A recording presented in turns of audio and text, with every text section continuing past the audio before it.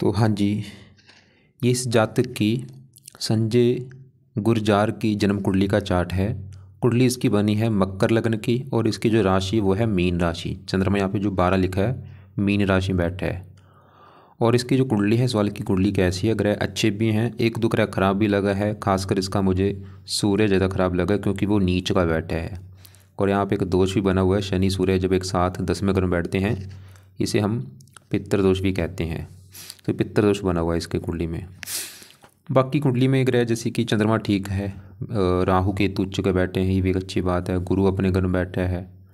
तो बाकी देखो जी, आपका जो सवाल था, आपने जैसे पहले कुंडली बनाई है, आपका सवाल है कि भाई पति पत्नी में लड़ाई झगड़े होते हैं, ये कारण क्या है। और तो आपका वैसे मेन सवाल यही था। और आपने बोला था दूसरा बच्चे का योगा आपने पूछा था। आपको देखो जी, आपकी जब मैंने कुंडली बनाई थी आपको मैंने बताया था कि आपकी कुंडली में जो आपका नाम लीसा था, लीसा कुंडली में 7वें घर में था राहु। तो वो पति संबंधी दिक्कतें पैदा कर रहा है, सबसे बड़ा कारण वो था। कुछ दूसरा कारण था, मंगल दोष भी बना हुआ था। अब आपकी पति की कुंडली में, ये आपका जो पति, आपने पति कुंडली भेजी है संजय की, कि इसकी कुंडली में विवाह के रिगार्डिंग कुंडली कैसी है। अब देखो जी, जब दो कुंडलियाँ मिलान की जाती है लड़के और लड़की की, तो 3-4 पॉइंट देखे जाते हैं। कौन कौन से पॉइंट होते हैं। एक होता है कि दोनों की कुंडली में गुण कितने आ रहे हैं। टोटल 36 गुण होते हैं, 36 में से 18 गुण होने चाहिए कम से कम। तो आपके दोनों के 36 में से आ रहे हैं 23 गुण आ रहे हैं, मतलब गुण अच्छे आ रहे हैं, एक अच्छी बात है। दूसरा ये देखा जाता है कि नाड़ी दोष है या नहीं, नाड़ी दोष भी नहीं है। तीसरा पॉइंट ये था कि दोनों की कुंडली में मंगल दोष है या नहीं। आपकी कुंडली में मंगल चौथे घर में था, इसका मंगल है 12वें घर में, तो दोनों की कुंडली में मंगल दोष बना है, चलो ठीक है। अब सबसे मेन पॉइंट होता है 7वां घर देखना, क्योंकि 7वां घर होता है पति पत्नी का। अब ये जो 7वां घर है, ये जो जातक है संजय, तो 7वां घर इसकी बनेगा पत्नी का घर, कि इसकी पत्नी कैसी होगी। और जब आपकी मैंने कुंडली में देखा था, मैंने आपको बताया था साथ में आप, क्योंकि आपके 7वें घर में राहु बैठा है। आपका 7वां घर जो है लीसा का, वो बुरी तरह से पीड़ित है, ख़राब है। वो जो राहु वहाँ पे बैठ के दिक्कतें पैदा कर रहा है। अब इस लड़की कुंडली में 7वें घर को देखते हैं। तो स्टार्ट करते हैं। सबसे पहले देखो जी, इसकी पत्नी के लिए हमें 3-4 ग्रह देखने पड़ेंगे। तो 7वां घर है पत्नी का घर। अब फार्मूला देखो जो आपको मैंने बताया है कि घर का मालक देखो, तो 7वें घर में नंबर लिखा है 4 नंबर, 4 है कर्क राशि, मालक है चंद्रमा। तो हमें इसकी पत्नी का सुख देखना है, चंद्रमा को देखना पड़ेगा कि चंद्रमा कैसा है। तो पत्नी के लिए 7वें घर के मालक चंद्रमा को देखना पड़ेगा। इसके अलावा 1-2 ग्रह और देखने पड़ेंगे। वो कैसे। 7वें घर के ऊपर जिन ग्रहों की पड़ रही है दृष्टि, उनको भी देखना पड़ेगा। तो 7वें घर के ऊपर दृष्टि पड़ रही है, तो शनि ग्रह की 10वीं दृष्टि, शनि 10वें घर से 10वीं दृष्टि से 7वें घर को देख रहा है। इसके अलावा 7वें घर के ऊपर पड़ रही है मंगल की 8वीं दृष्टि, मंगल को भी देखना पड़ेगा। तो इसके मतलब इस जातक की पत्नी के लिए 7वें घर के मालक चंद्रमा को भी देखना पड़ेगा, शनि को भी देखना पड़ेगा और मंगल को भी। और एक ग्रह हो रहा है वो है शुक्र, शुक्र विवाह का कारक है, उसको भी देखना पड़ेगा। टोटल मुझे 4 ग्रह देखने पड़ेंगे इसकी पत्नी का सुख देखने के लिए। सबसे पहले मैं क्योंकि जो मेन होता है वो घर का मालक होता है। तो पत्नी का घर है 7वें घर का मालक चंद्रमा। सबसे बड़ी भूमिका है चंद्रमा की, कि चंद्रमा अच्छा है या बुरा है। अगर चंद्रमा अच्छा है तो पत्नी का सुख अच्छा है, अगर चंद्रमा खराब है तो पत्नी को लेकर दिक्कत आएंगी। अब सवाल कि चंद्रमा अच्छा है या बुरा है, तो इसका चंद्रमा मुझे अच्छा लगा है। क्यों अच्छा लगा है। 2-3 कारणों से अच्छा है। तो वो बैठा है तीसरे घर में, घर भी चलो ठीक ठाक है, क्योंकि चंद्रमा अगर 6, 8, 12वें घर में होता खराब फल देता, नीच का होता खराब फल देता, दुश्मन के घर में होता खराब फल देता। ना तो इसका चंद्रमा नीच का बैठा है, ना ही 6, 8, 12वें घर में बैठा है, ना ही किसी दुश्मन के घर में बैठा है। एक तो वो घर भी ठीक है तीसरा, और वहाँ पे जो 12 लिखा है मीन राशि, गुरु के घर में बैठा, अपने दोस्त के घर में। और 7वें घर को पहला घर माने, 1, 2, 3, 4, 5, 6, 7, 8, 9, अपने घर से 9वें घर में बैठा है, अच्छी बात है। तो चंद्रमा इसका देखो जी, एक तो घर भी अच्छा है, दोस्त का घर है, और अपने घर से 9वें घर में। तो चंद्रमा मतलब इसका अच्छा है। अब अच्छे फल क्या देगा, पत्नी घर का मालक है, पत्नी के लिए अच्छा है।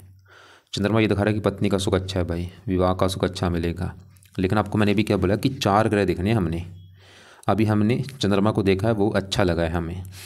अब देखो जी, 7वें घर के ऊपर पड़ रही है इस मंगल की दृष्टि। अब उस वाले की इस जातक का मंगल कैसा है। तो मंगल देखो जी, इसको 100 में से 60-70% बुरे फल देगा ये मंगल। इसका मुझे अच्छा नहीं लगा। अच्छे फल देगा थोड़े बहुत, 30-40%, लेकिन ये ज़्यादा बुरे फल देगा। तो सवाल है कि इसका मंगल खराब है क्यों। खराब होने का पहला कारण है कि वो कुंडली के 12वें घर में बैठा है। 12वां घर अच्छा घर नहीं होता, ये खराब घर है। इस घर से खर्चा, हानि, दान, दंड, हॉस्पिटल ऐसी खराब चीज़ देखते हैं। अब मंगल इसको क्या खराब फल देगा वो समझो। मंगल इस कुंडली के 2 घरों का है मालक, उन घरों को लेके दिक्कतें पैदा करेगा। और वो 2 घर कौन से हैं? मंगल का पहला घर तो है ये चौथा घर, और दूसरा घर है 11वां। तो चौथा 11वां इन घरों का मालक है मंगल। अब चौथा घर पहले समझो किसका है। चौथे घर से इस जातक की जो माता है वो देखी जाएगी, इसका मकान देखा जाएगा कैसा होगा, वाहन कैसा होगा इसके पास, भूमि जमीन जायदाद चौथे घर से। और चौथे घर में एक लिखा है, एक है मेष राशि मालक मंगल। तो चौथे घर के मालक मंगल को देखना पड़ेगा, क्योंकि वो 12वें घर में बैठा है। 12वां घर किसका है? खर्चा हानि। तो मंगल चौथे घर को लेकर दिक्कतें पैदा करेगा। चौथा घर माता का है, मंगल की वजह से माता संबंधी कोई दिक्कतें आएंगी, जहाँ तो माता बीमार होगी या माता से कम बनेगी। चौथा अगर मकान का है, मकान संबंधी कोई दिक्कतें आती हैं लाइफ में, खासकर स्टार्टिंग में वाहन को लेकर दिक्कतें आती हैं, भूमि जमीन जायदाद इन संबंधी कोई दिक्कतें परेशानी लाइफ में आती हैं। और मंगल इस कुंडली में इस 11वें घर का भी मालक है। 11वां घर है आमदनी लाभ, और 11वें घर में 8 लिखा है वृश्चिक राशि मालक मंगल। मंगल इसको आमदनी को लेकर दिक्कतें पैदा करेगा, आमदनी खर्च, आमदनी कम खर्चे ज़्यादा, लाभ भंग योग बनाए, कामों में लाभ नहीं होगा, इच्छाएं पूरी नहीं होने देगा। और मंगल यहाँ पे देखो जी, मंगल की दृष्टियाँ भी हैं, 3 दृष्टियाँ होती हैं। तीसरी दृष्टि पड़ेगी तीसरे घर के ऊपर, 7वीं पड़ेगी छठे घर के ऊपर, और 8वीं दृष्टि पड़ेगी इस 7वें घर के ऊपर। मंगल अभी जैसे मैंने बुरे फल बोले हैं, लेकिन सबसे अगर मंगल का बुरा फल इसको मिलेगा जातकों को वो है ये मंगल 7वें घर को देख रहा है। और 7वें घर में जो 4 लिखा है ये है कर्क राशि, और ये है मंगल की नीच राशि। मंगल कर्क राशि में नीच का हो जाता है, अपनी नीच राशि को दृष्टि दे रहा है। तो मंगल 7वें घर का बुरी तरह से नुकसान कर रहा है। 7वां घर किसका है? पत्नी का। तो मंगल इसको पत्नी को लेकर दिक्कतें पैदा करेगा। वो दिक्कतें क्या आएंगी? एक तो विवाह में देरी होना, या विवाह हो भी गया तो पत्नी से लड़ाई झगड़े होना, ये दिक्कतें लगी रहेंगी। तो मंगल यहाँ पे मतलब मैंने आपको पहले बोला है वो ज़्यादा बुरे फल देगा। वो इसकी मंगल की वजह से इसको माता मकान वाहन भूमि जमीन जायदाद इनको लेकर कोई ना कोई दिक्कतें परेशानियाँ आएंगी, इनकम को लेकर दिक्कतें आएंगी, पत्नी को लेकर दिक्कतें। मंगल दोष भी यहाँ पे बना है, मंगल दोष की वजह से भी विवाह में देरी होना, विवाह के बाद भी दिक्कतें परेशानियाँ आती हैं। अब देखो जी, मंगल एक शर्त भी इसको अच्छे फल ज़्यादा देगा, वो है ये 12वां घर है विदेश का घर। और मंगल किस घर का मालक है? चौथा घर जन्मभूमि, मतलब जन्मभूमि जाके बैठी है विदेश के घर में। मंगल इसको जन्मभूमि से दूर लेके जाएगा, विदेश में लेके जाएगा। और अगर ये विदेश में जाएगा वहाँ पे इसको फ़ायदा होगा, विदेश में जाएगा तो वहाँ पे इसको मकान वन का सुख मिलेगा, मंगल ये दिखा रहा है। और आमदनी जाके विदेश के घर में बैठी, आमदनी विदेश में जाके अच्छी होगी इसकी, मतलब अपनी इसकी जो जन्मभूमि जो आपने लिख रखा है जोधपुर, अगर जोधपुर से दूर जाता है वहाँ पे इसको फ़ायदा ज़्यादा होगा, मंगल ये दिखा रहा है। तो अब यहाँ पे देखो जी, मंगल का जो बुरा फल निकल के आया है कि इसकी पत्नी से इसके जो लड़ाई झगड़े होंगे वो मंगल एक यहाँ पे कारण बड़ा बना हुआ है, क्योंकि मंगल 7वें घर को दृष्टि दे रहा है और ये मंगल की है नीच राशि, और यहाँ पे मंगल दोष भी बना है।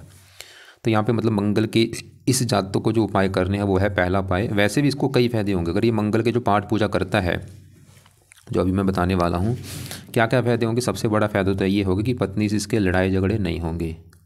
दूसरा फ़ायदा, इसको माता का सुख अच्छा मिलेगा, मकान का सुख अच्छा, वाहन भूमि जमीन जायदाद ये सुख अच्छे मिलेंगे, आमदनी बढ़ेगी, लाभ होगी, इच्छाएँ पूरी होंगी, मंगल दोष खत्म होगा। तो मंगल का पहला जो उपाय है, मंगल के जो देवता है वो है हनुमान जी। तो ये जितनी हो सकता है हनुमान जी की पूजा उपासना करें।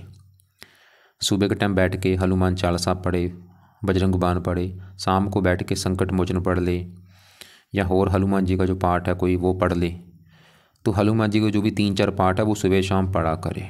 हनुमान जी के मंदिर जाना शुरू कर दे भाई, हर जाना हनुमान जी के मंदिर जाए। तो पहला उपाय हनुमान जी की पूजा उपासना।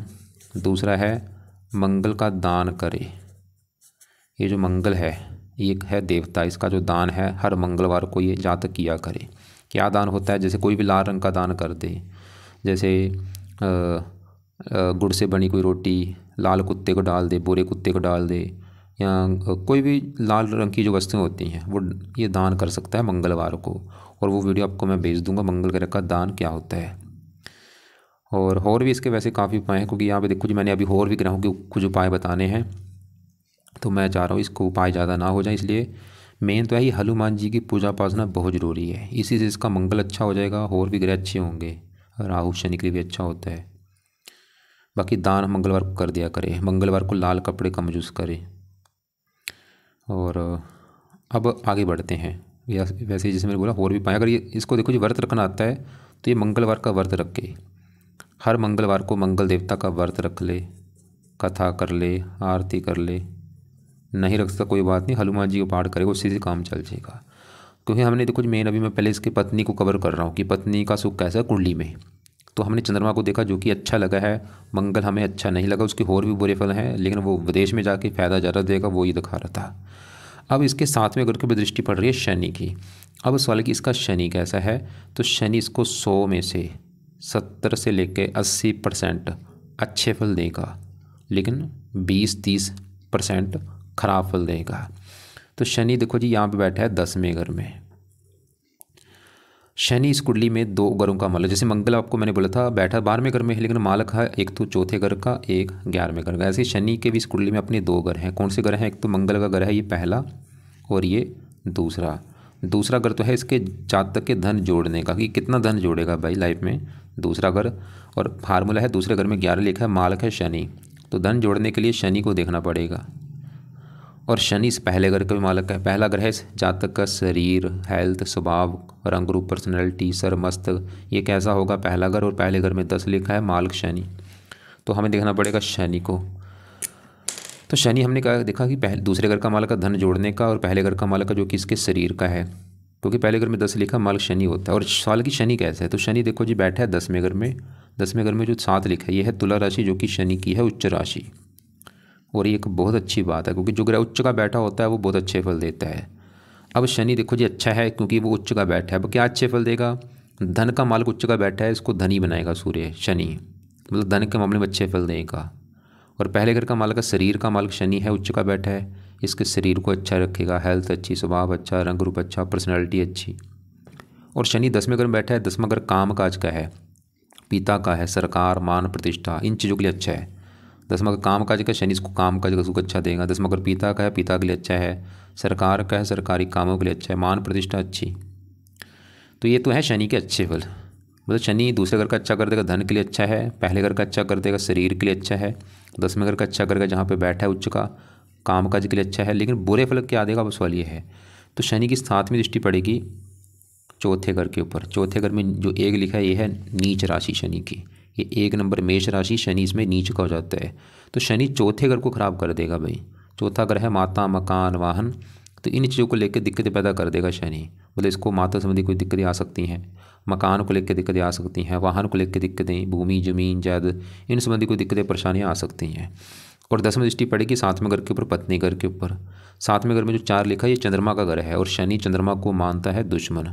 तो शनि भी 7वें घर को भाई खराब करेगा, क्योंकि अपने दुश्मन के घर को देख रहा है। 7वें घर को खराब करने का मतलब ये है कि विवाह में देरी होना, विवाह हो भी गया तो पत्नी से लड़ाई झगड़े होना। तो मंगल भी देखो जी 7वें घर को दृष्टि दे रहा है, शनि भी 7वें घर को देख रहा है, तो ये दोनों मिलकर 7वें घर को खराब करेंगे। और दोनों में ज़्यादा खराब करेगा मंगल, शनि इतना खराब नहीं जितना मंगल करेगा। लेकिन मैंने बोला था विवाह के लिए 4 ग्रह देखने पड़ेंगे। हमने 7वें घर के मालक चंद्रमा को देखा, वो अच्छा है, मंगल देखा वो अच्छा, इस घर को खराब कर रहा है 7वें घर को, शनि भी 7वें घर को खराब कर रहा है। और एक होता है शुक्र, वो चलो फिलहाल ठीक है। मतलब इस जातक की मैरिज लाइफ में दिक्कतें आने के 2 कारण हैं, शनि और मंगल। और दोनों में भी जो बड़ा कारण है वो है मंगल। मंगल कितना कारण अगर हम देखें तो मंगल है 100 में से 70% जो कारण है इसकी, अगर मैरिज लाइफ में दिक्कतें आ रही कि पत्नी से नहीं बनती, लड़ाई झगड़े होते हैं या होंगे जो भी हैं, वो मंगल कारण है। बाकी 20-30% कारण है शनि। तो मतलब बड़ा कारण जो मैरिज लाइफ में इस जातक की दिक्कतें आ रही हैं वो मंगल कारण है। तो मंगल के लिए क्या करना है, मंगल के लिए हनुमान जी के मैंने पाठ बोले हैं, सुबह शाम पढ़े, हनुमान जी के मंदिर जाए, मंगल का दान करे, और हो सके मंगलवार का व्रत रखे, कथा करे, आरती करे। बाकी शनि भी जो थोड़ा सा कारण है उसके लिए भी क्या करना वो भी अभी आपको मैं बाद में बताता हूँ। अब देखो जी इसका जो विवाह का सवाल है वो मैंने कवर कर दिया है। अब इसके दूसरे ग्रह जो है वो एक बार मैं देख लेता हूँ कि बाकी ग्रह इसके कैसे हैं। अब शनि मैंने बोला वैसे तो अच्छे फल दे रहा है, मतलब वो काम काज के लिए बहुत अच्छा है, शरीर के लिए अच्छा है, धन के लिए अच्छा है, धनी बना देगा। अब शनि के साथ जो सूर्य बैठा है ये इसका मुझे ख़राब लगा है। तो सूर्य वैसे भी इसकी पूरी कुंडली में जो अगर ख़राब कोई है वो है सूर्य। क्यों ख़राब है, 2-3 कारणों से ख़राब है। एक तो सूर्य जहाँ बैठा है 10वें घर में, वहाँ पे जो 7 लिखा है ये है तुला राशि, जो कि सूर्य की है नीच राशि। तो सूर्य खराब होने का सबसे बड़ा कारण कि वो नीच का बैठा है। ये ग्रह देखो जी, अगर उच्च के बैठे हैं बहुत अच्छे फल देते हैं, अपने दोस्त के घर में बैठे हैं अच्छे फल देते हैं, अपने घर में बैठे हैं अच्छे फल देते हैं, लेकिन अगर नीच के बैठे हैं बिल्कुल बुरे फल देते हैं। तो सूर्य क्यों खराब है? नीच का बैठा है, क्या खराब फल देगा सूर्य? मैंने अभी बोला सूर्य खराब होने के है 2-3 कारण।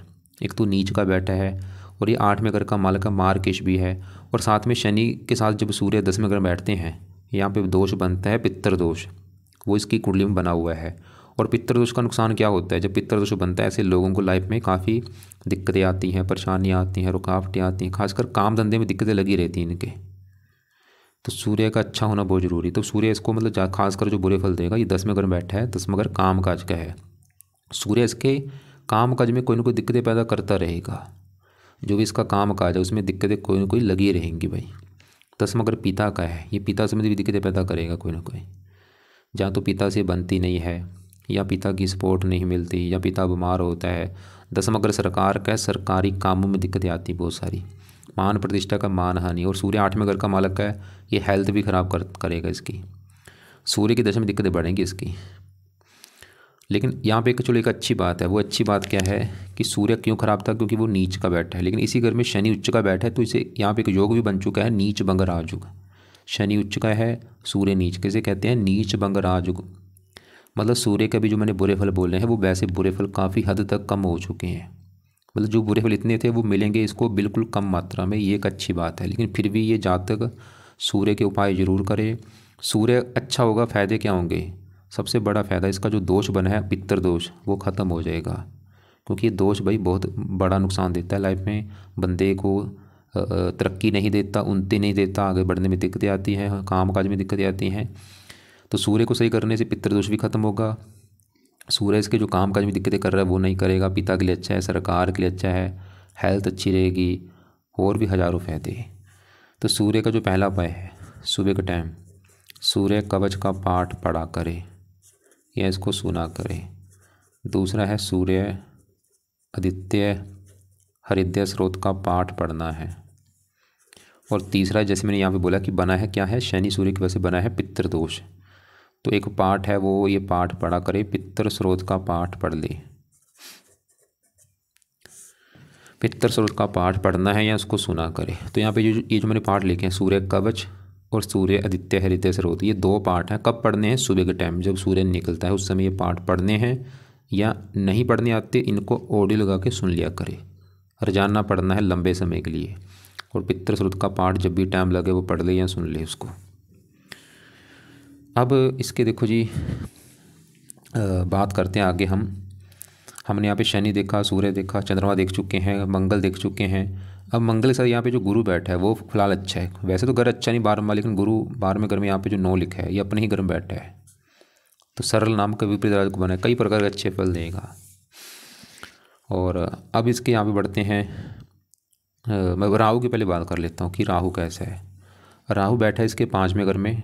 यहाँ पे देखो जी एक और बात है, एक देखो जी चलत कुंडली होती है, उसको समझना काफ़ी मुश्किल होता है। जैसे कि इसका देखो जी राहु कहाँ बैठा है? 5वें घर में। मुझे दिख रहा है कि राहु 5वें घर में बैठा, आपको मैं बोलूँ कि इसका राहु कहाँ बैठा, आपको भी लगेगा कि भाई राहु इसका 5वें घर में बैठा है, लेकिन ऐसा नहीं है। क्योंकि अगर इसको चलित कुंडली में देखा जाए, इसका बड़ा हिस्सा है 4थे घर के ऊपर, तो ये ज़्यादा जो फल देगा ऐसे जातकों को 4थे घर के हिसाब से देगा। और 4था घर मैंने बोला है इसकी है माता मकान वाहन का। वैसे राहु उच्च का बैठा है, इसको मतलब मकान वाहन का सुख देगा, लाइफ में मकान वाहन का सुख मिलेगा, लेकिन फिर भी इनको लेके थोड़ी सी दिक्कतें आती हैं राहु की दशा में। माता का बीमार होना, या माता से मनमुटाव होना, या माता को लेकर कोई दिक्कत आना, मकान वाहन को लेकर थोड़ी बहुत ही दिक्कत आना। इनका सुख है लेकिन इनको लेकर दिक्कतें भी आती हैं, क्योंकि राहु 4थे घर के ऊपर है। और 4थे घर में राहु बैठ के जन्मभूमि पर टिकने नहीं देता, जन्मभूमि से दूर भी जाना पड़ता है, और फायदा भी होता है। अगर ये जन्मभूमि से दूर जाएगा इसको फायदा ज़्यादा होगा। और ऐसे ही यहाँ पे 11वें घर में बुध केतु शुक्र बैठे हैं। शुक्र की बात करूँ, शुक्र है इस कुंडली में इस 10वें घर का माल, जहाँ ये शनि सूर्य आके बैठे हैं। ये 10वां घर जो है, 10वें घर में 7 लिखा है, तुला राशि माल शुक्र, और वो बैठा है 11वें घर में, लाभ आमदनी का घर है। 10वां घर काम काज से लाभ होगा, पिता से लाभ, सरकार से लाभ, शुक्र अच्छा है। और ये 5वें घर के माल का 5वें घर में जो 2 लिखा है वृष राशि माल शुक्र, सातवीं दृष्टि से अपने घर को देख रहा है, संतान के लिए अच्छा है, संतान के होने के बाद भी लाभ होगा। और बुध यहाँ पे बैठा है, ये योग भी बना है, शुक्र बुध लक्ष्मी नारायण राजयोग लेके बैठे हैं। बुध इस 9वें घर का मालक है, भाग्य घर का। भाग्य देखना है, 9वां घर, 9वें घर में 6 लिखा, मालक बुध। 11वें घर में बैठा है बुध, भाग्यवंशी, इसको धन देता रहेगा बुध। यहाँ पे देखो मैं दूसरे ग्रहों को ज़्यादा कवर नहीं कर रहा, लेकिन मेन अभी मैंने आपको उपाय बताने कि उपाय क्या क्या जरूरी हैं। तो इसकी कुंडली का अगर निचोड़ निकालें, मतलब कुंडली कैसी है, तो शनि देखो जी है तो अच्छा, लेकिन वो थोड़ा सा माता मकान वाहन को दिक्कतें पैदा करेगा और पत्नी से मनमुटाव। बाकी वो धन के लिए अच्छा है, शरीर का अच्छा करेगा, काम काज के लिए अच्छा है। चंद्रमा पत्नी के लिए अच्छा है, राहु भी मकान वाहन के लिए अच्छा है, और भी चीज़ें अच्छी देगा। गुरु अपने घर में बैठा है, कई प्रकार अच्छे फल देगा। शुक्र काम काज के लिए अच्छा है, संतान के लिए अच्छा है, बुध भाग्य के लिए अच्छा है, केतु यहाँ पे उच्च का बैठा है। तो मतलब पूरी कुंडली में जो ग्रह खराब है, एक तो है सूर्य ग्रह खराब, क्योंकि दोष भी बना है, नीच का बैठा है, उसकी वजह से काम काज में दिक्कतें, पिता सरकार मान प्रतिष्ठा में दिक्कतें, खासकर सूर्य की दशा में दिक्कतें ज़्यादा आएंगी। वैसे नीच में राजू बन चुका है, बुरे फल काफ़ी हद तक कम हो चुके हैं, फिर भी मैंने सूर्य के जो उपाय बताए हैं वो इसने करने हैं। और बाकी मंगल इसका ख़राब है, उसकी वजह से मैंने आपको बताया जो दिक्कतें आएंगी, मकान वाहन को लेकर दिक्कतें, भाग्य की हानि होना। लेकिन अगर वो घर से दूर जाएगा वहाँ पे इसको फ़ायदा देगा। और मंगल दोष बना है, पत्नी संबंधी दिक्कतें आना, तो मंगल के भी जो 3-4 उपाय हैं वो इसने करने हैं। बाकी इसके ऊपर देखो जी, आज के समय में एक तो चल रही है इसके ऊपर शनि की साढ़सती। जब भी साढ़सती आती है लाइफ में कोई ना कोई दिक्कतें ज़रूर आती हैं, दिक्कतें परेशानियाँ। साढ़सती किसकी होती है? शनि की होती है।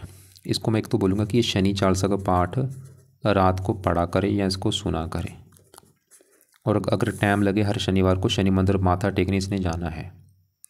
अब ये शनि के अगर ये शनि मान लो चालीसा पढ़ता है, फ़ायदे क्या होंगे? सवाल ये है, फ़ायदा भी तो होना चाहिए, क्या होगा? तो शनि चालीसा पढ़ने से सबसे बड़ा फ़ायदा, ये जो साढ़सती चली हुई है इसका बुरा फल नहीं मिलेगा। और दूसरा फ़ायदा, ये जो शनि यहाँ पे 10वें घर में बैठ के पत्नी घर को देख रहे हैं, मैंने बोला था पत्नी संबंधी दिक्कतें आने का थोड़ा सा कारण शनि भी है, तो पत्नी संबंधी वो दिक्कतें नहीं आएंगी, पत्नी से लड़ाई झगड़े नहीं होंगे। और यहाँ पे जो पितृ दोष बना है वो ख़त्म हो जाएगा। तो इसलिए शनि चालीसा ही जरूर पड़े, ये पत्नी से भी लड़ाई झगड़े को रोकेगा, इसकी साढ़सती का भी बुरा फल नहीं मिलेगा और पितृ दोष भी खत्म हो जाएगा। एक इसने देखो जी, सूर्य के उपाय मैंने यहाँ पे लिख दिए हैं, और राहु के उपाय नहीं करने, और यहाँ पे बुध के उपाय नहीं करने, शुक्र के उपाय नहीं करने, गुरु के उपाय नहीं करने, मंगल के जरूर करने हैं क्योंकि वो ख़राब है। और पत्नी वाली दिक्कतें आने का सबसे बड़ा कारण मंगल दोष है। और बाकी एक इसने उपाय और करने, वो किसके हैं? वो है इस केतु ग्रह के, क्योंकि केतु की चल रही है इसके ऊपर बड़ी महादशा, अभी चली है। देखो 7 महीना 24 में चली है, 3-4 महीने हुए हैं, ख़त्म होगी जाके 2031 में। तो इसके जीवन के ऊपर आज के समय में बड़ा असर केतु का शुरू हुआ है। सवाल कि केतु कैसे है? तो केतु यहाँ पे 11वें घर में उच्च का बैठा है वैसे, लेकिन फिर भी देखो जी, केतु राहु है तो उच्च के इसके अच्छे हैं, लेकिन ये दान वगैरह होते हैं, ये अपनी दशा में थोड़ा बहुत बुरा फल जरूर देते हैं। मतलब केतु की दशा सवाल की अच्छी जाएगी जो बुरी, वैसे तो अच्छे फल देगा लेकिन थोड़े बहुत बुरे फल दे सकता है। तो अगर ये पाठ पूजा करेगा वो बुरे फल नहीं मिलेंगे। तो केतु के ये जरूर उपाय कर ले, 2 उपाय मैं इसको बोलूँगा करने के लिए, ताकि ये दशा और अच्छी जाए, बुरा फल ना मिले। तो केतु कवच का एक पाठ है और केतु स्रोत का पाठ, ये दोनों पाठ पढ़ने हैं इसने रात को या शाम को। तो दोबारा एक बार समझ लो क्योंकि मैंने क्या क्या बोला है। केतु के पाठ मैंने क्यों बोले हैं? ताकि वो जो दशा चली है वो अच्छी जाएगी, और अच्छी जाएगी। और शनि इसलिए बोला क्योंकि साढ़सती चल रही है, और जो पितृ दोष है वो खत्म होगा, और शनि पत्नी घर की हानि नहीं करेगा। सूर्य की इसलिए बोले क्योंकि सूर्य सबसे ज़्यादा खराब है, नीच का बैठा है, ऊपर से पितृ दोष लेके बैठा है। तो सूर्य कवच, सूर्य आदित्य हृदय स्रोत के पाठ सुबह के टाइम पढ़ने हैं, सुनने हैं, और पितृ स्रोत का पाठ पढ़ लिया करें। मंगल के लिए इसलिए मैंने बोले ताकि जो मंगल दोष बना है वो खत्म हो, और मंगल क्योंकि पत्नी के घर की ज़्यादा हानि कर रहा है, तो मंगल का दान मंगलवार को, और हनुमान जी के पाठ सुबह शाम पढ़ा करें। बाकी एक काम ये और कर सकता है किसका, क्योंकि पत्नी घर का माल कौन था? चंद्रमा, जो कि है तो अच्छा, लेकिन चंद्रमा इसका देखो 0 डिग्री का बैठा, उसमें बल नहीं है, इसका बल बढ़ाना पड़ेगा। तो चंद्रमा का बल कैसे बढ़ेगा? अगर ये चंद्रमा का मंत्र आप करते हैं इसका बल बढ़ेगा। तो चंद्रमा का जो मंत्र है वो है ओम सोम सोमाय नमः, ये सुबह का टाइम किया करें। तो दोबारा मैं एक रिपीट करता हूँ, पूरा समझाता हूँ। कुछ उपाय हैं सुबह के टाइम, कुछ है रात के समय। पहले सुबह की बात करते हैं। सुबह मान लो जब भी उठ के अपना जो भी नहा धो के अपना फ्रेश होकर क्या करना है, अपने पूजा स्थान में बैठ जाए। पूजा स्थान में बैठ के क्या करना है? सबसे पहले पूजा स्थान में बैठ के चंद्रमा का मंत्र कर ले, जो कि है ओम सोम समाय नमः। 1 माला 2 माला कर ले, जितना ये कर सकता है। उसके बाद क्या करना है, उसके बाद इसने हनुमान जी का पाठ पढ़ना, चाहे वो हनुमान चालीसा पढ़ ले, 2 पाठ पढ़ ले, पहले हनुमान चालीसा पढ़ ले, उसके बाद संकट मोचन पढ़ ले, और बाकी उसके बाद ये सूर्य कवच और सूर्य आदित्य हृदय स्रोत ये पाठ पढ़ ले। ये मतलब 4-5 पाठ पढ़ने हैं। चंद्रमा का मंत्र करना है, उसके बाद हनुमान जी के 1-2 पाठ पढ़ के सूर्य कवच सूर्य आदित्य हृदय स्रोत के पाठ को पढ़ने हैं। ये आधे घंटे का काम होगा तकरीबन। और फिर शाम को इसके जो वो पाए हैं, शाम को बैठ के क्या करना है, पहले शनि चालीसा पढ़ ले। शाम को जब बैठ चुका है पूजा स्थान में, शनि चालीसा पढ़ ले, उसके बाद केतु कवच केतु स्रोत पाठ पढ़ने हैं। तो ये 3 पाठ है इसके रात के समय। बाकी पितृ सूक्त का जो मैंने पाठ बोला है वो इसका जब भी टाइम लगे, चाहे सुबह शाम दोपहर, उस समय पढ़ लिया करे। दान किस किस का करना है, दान एक तो इसको मैंने मंगल का बोला है, जो कि हर मंगलवार को करना है, और बाकी और चाहे दान किसी के रहने दे, मंगल का दान जरूर किया करे। और बाकी देखो जी, अगर इसको व्रत रखना आता है तो मंगलवार का व्रत रख ले, कथा कर ले, आरती कर ले। और किस किस के मंदिर जाना है, हनुमान जी के मंदिर जाया करे, मंगल के लिए अच्छा है, मंगल दोष खत्म होगा। और एक शनिवार को शनि मंदिर भी जा सकता है, क्योंकि 60 चल रही है। तो फिर भी देखो जी, आपको लगी कि कोई बात और भी आपने पूछनी है, कोई समझ नहीं लगा, तो आप मुझे कॉल करके पूछ लेना। मतलब मैंने आपको बोला था मैरिज लाइफ के लिए एक तो गुण देखे जाते हैं, गुण अच्छे आ रहे हैं, मंगल दोष दोनों में बना हुआ है, और नाड़ी दोष भी नहीं है। और मतलब मेन दिक्कत आ रही 7वां ग्रह है पीड़ित। एक तो मंगल इस ग्रह को पीड़ित कर रहा है, यहाँ पे है नीच राशि मंगल की, और शनि। लेकिन अब ये देखो जी, एक और सही बात बताऊँ कि इसकी कुंडली में मुझे मैरिज लाइफ में दिक्कतें आने का ये बड़े कारण नहीं है कोई। अगर मैं बोलूँ कि ये बहुत बड़े कारण हैं, छोटे मोटे कारण हैं, बड़ा कारण है आपकी कुंडली में जो आप है लीसा कुंडली में जो राहु यहाँ पे बैठा है, वो सबसे बड़ा कारण है। हजारों कुंडलियाँ देख चुका हूँ, जब भी राहु 7वें घर में होता है तलाक करा देता है, या विवाह नहीं होता, जहाँ विवाह देरी से होता है, जहाँ पति पत्नी में लड़ाई झगड़े होते हैं। तो मतलब लीसा की कुंडली में मैरिज लाइफ में दिक्कतें आने का सबसे बड़ा कारण है। तो जो मैरिज लाइफ में दिक्कतें आ रही हैं वो बड़ा कारण है लीसा। 7वें घर में राहु बैठा है, और ऊपर से उसकी राहु की दशा चली हुई है। इसकी कुंडली में इतना कारण नहीं मुझे लग रहा, कारण लीसा ही कुंडली लग रही है कि 7वें घर में राहु बैठा है, ऊपर से राहु की दशा है। तो लीसा को मैं बोलूँगा कि भाई लीसा आप ये राहु के उपाय करो, राहु कवच स्रोत के पाठ पढ़ो, दान करो, शिव जी की पूजा उपासना करो, हनुमान चालीसा, बजरंग बाण, संकट मोचन, जो भी पाठ मैंने बताए आपको राहु के लिए, वो पाठ पढ़ो। इसकी कुंडली में कोई बड़े इतने मुझे दोष नहीं लगे। बाकी इसकी कुंडली ये दिखा रही कि अगर ये जन्मभूमि से दूर जाएगा इसको फायदा भी होगा, काफ़ी योग भी हैं इसके जन्मभूमि से दूर जाने के। फिर भी हाँ, ये दोष एक है कुंडली में जो पितृदोष है। बाकी इसका नुकसान कामकाज में होगा, ऐसा नहीं कि पितृदोष की वजह से विवाह में दिक्कतें आएंगी, वो दोष कामकाज में दिक्कतें पैदा करेगा इसका जो दोष है। फिर भी आपको कोई बात आपको लगती है कि आपने पूछनी है, आप अपने जो भी सवाल है दोनों कुंडलियों को लेके, पहले तो दोनों कुंडलियों के जो सवाल है वो अपने पास लिख के रख लेना। तो आप मुझे कॉल करके पूछ लेना दोपहर को, या वैसे व्हाट्सएप पे लिख के भेज देना, या वैसे अपने सवाल अपने पास लिख के कॉल कर लेना।